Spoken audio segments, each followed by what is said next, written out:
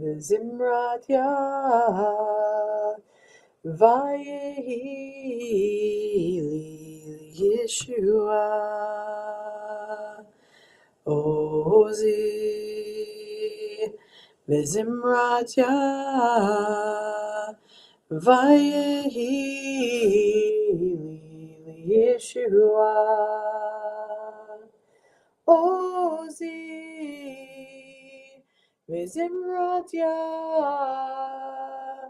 vayehi li Yeshua Ozi v'zimratya vayehi li Yeshua Ozi v'zimratya vayehi li Yeshua Ozi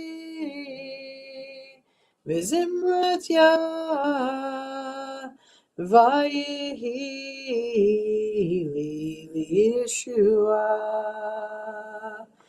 Ozi v'zimratya vayehi li Yeshua.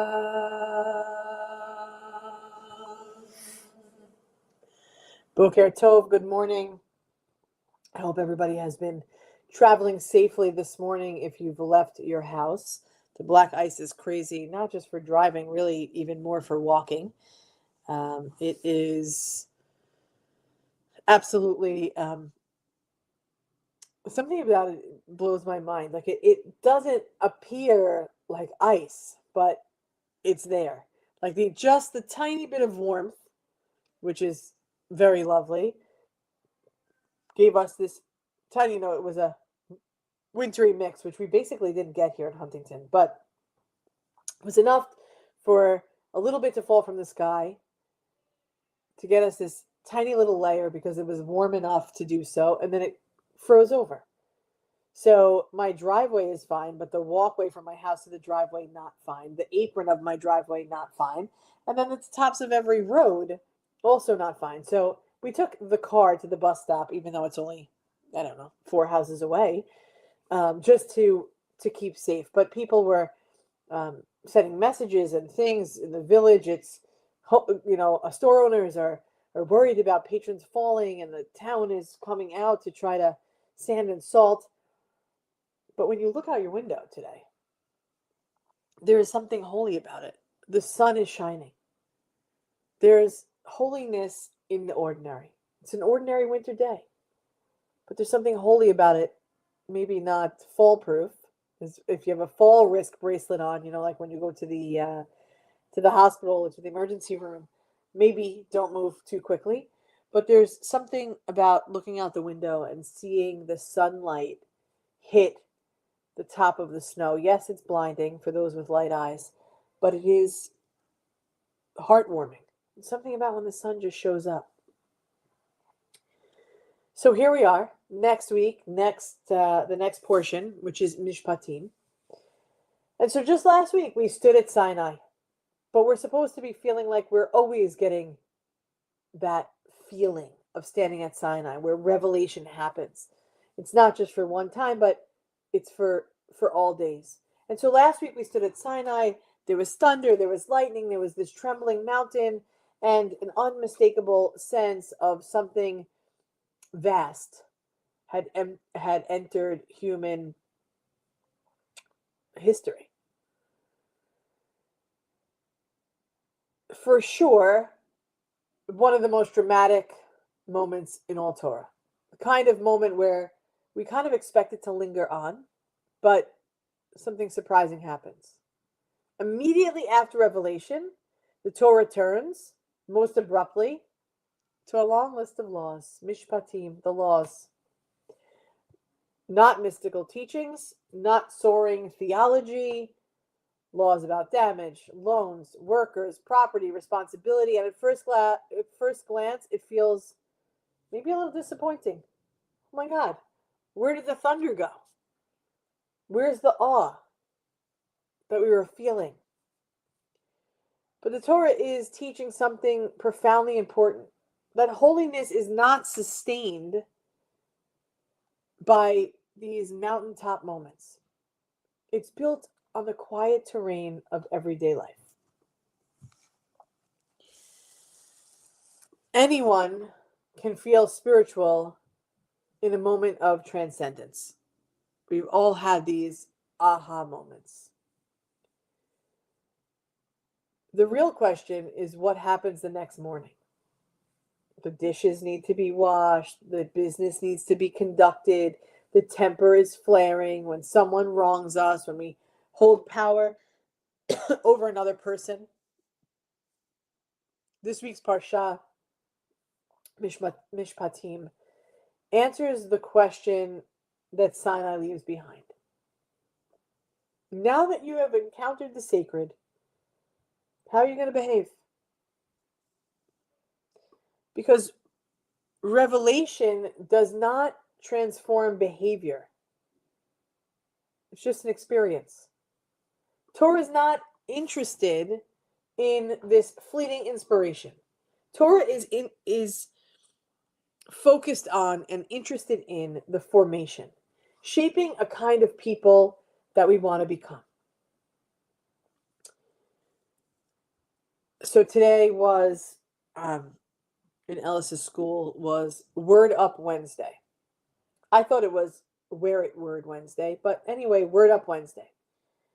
So he says at 8:20 this morning, Ema, I need a shirt that says kindness on it. I'm like, Ellie, where do you want me to get that right now when the bus is coming before you know it? Ema, it's Word Up Wednesday.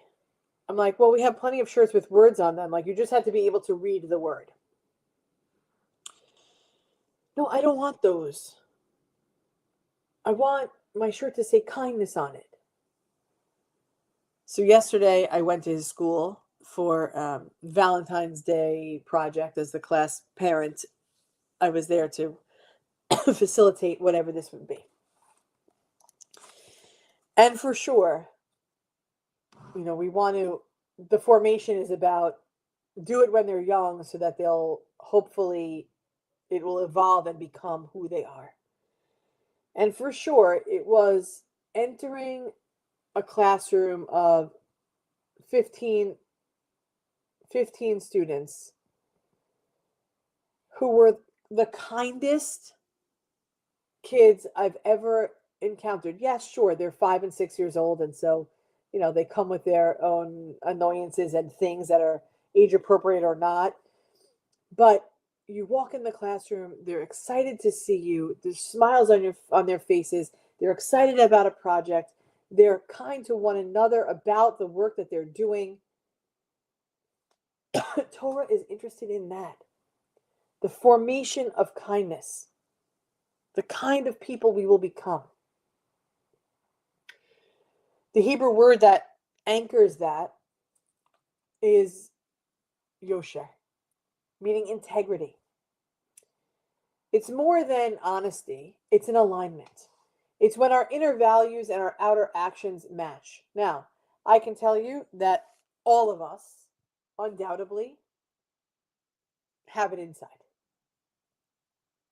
Our inner values at our core, I could, as Shani, the housekeeper, babysitter, facilitator of our lives, always says, don't put off today. Don't put off for tomorrow what you could do today. Or do what you intend to do. Our inner, there's still good in the world. I believe all of us, like she would say, I could put my head on a block, or she'll say, I'll never put my head on a block for this person or that person. But I could put my head on a block to say that all of us here that are learning together on this Wisdom Wednesday, our inner actions, our inner values, our inner connection and conviction is there, 100%. And I would say that the majority of us have matching outer actions that will go along to take those values and put them into action out in the world. But this is our reminder. We need to be the same person in private as we are in public. We need, convenience, of course, but we don't want it to override our conscience. When no one is watching and we still choose what's right, that's how integrity gets carried on from Sinai into the street. There's something for sure deeply countercultural about this. We live in a world that often equates spirituality with peak experiences, right? God showed up for me in this moment. Or, I can't believe I achieved this. I'm standing on top of the world. There are going to be moments that inspire us, that move us, that elevate us for sure. But Judaism has always been less interested in the spiritual highs than the consistent holiness.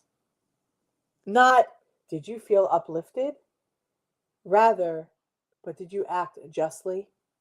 Not, were you inspired by those words? But were you trustworthy? Did you keep them? Not, did you have a meaningful moment? But did you create a meaningful life? Mishpatim insists that the sacred is proven not in the ordinary moments, not in the extraordinary moments, but in ordinary choices, in all moments. And perhaps this is why the Torah places these laws immediately after Sinai, to remind us that awe is not only the beginning, because it's easy to feel close to God when the mountain is trembling, of course.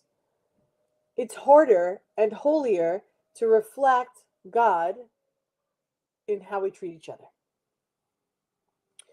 The marketplace can be as sacred as a sanctuary. The conversation can carry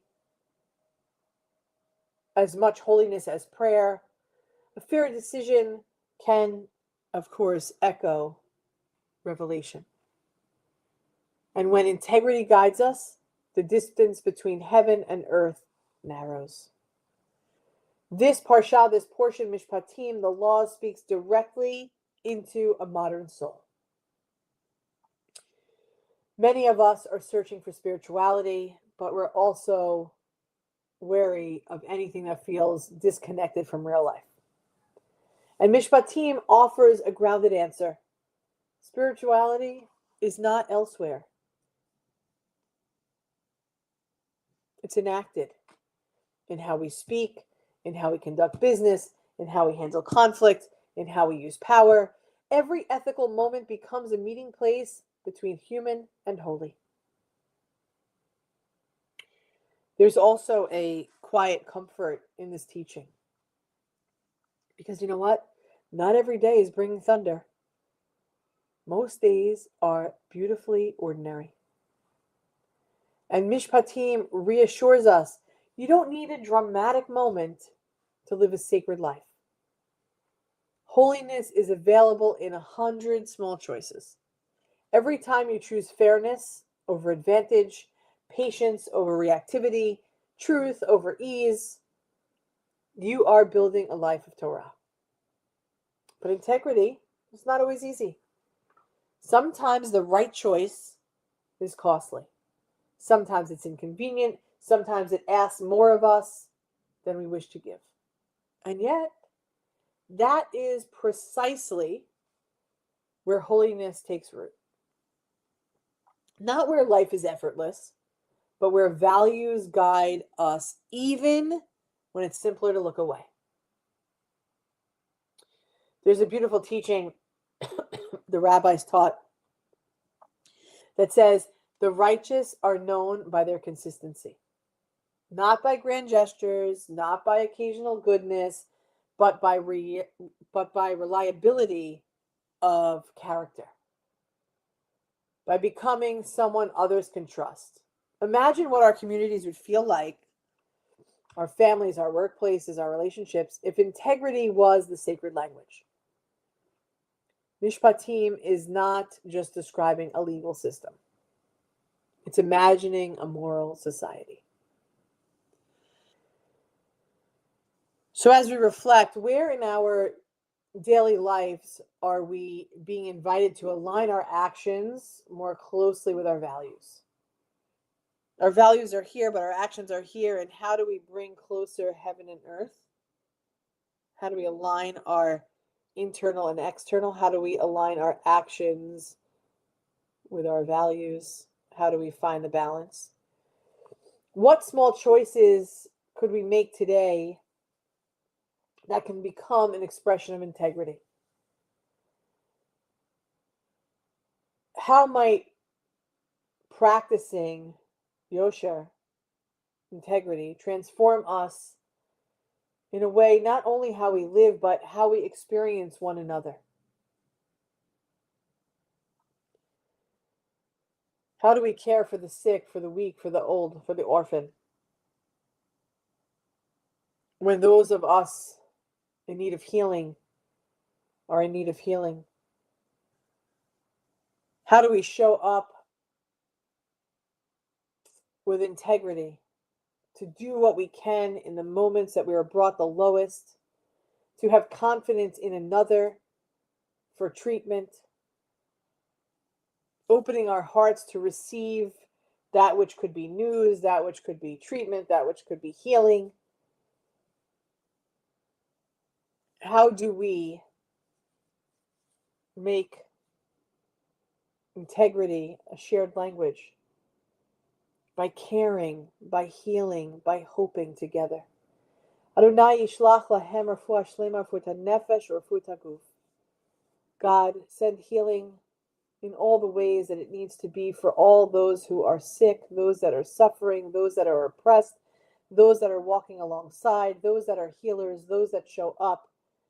All of us, the sick and the well together, may there be wholeness for all of us. And we say, Amen.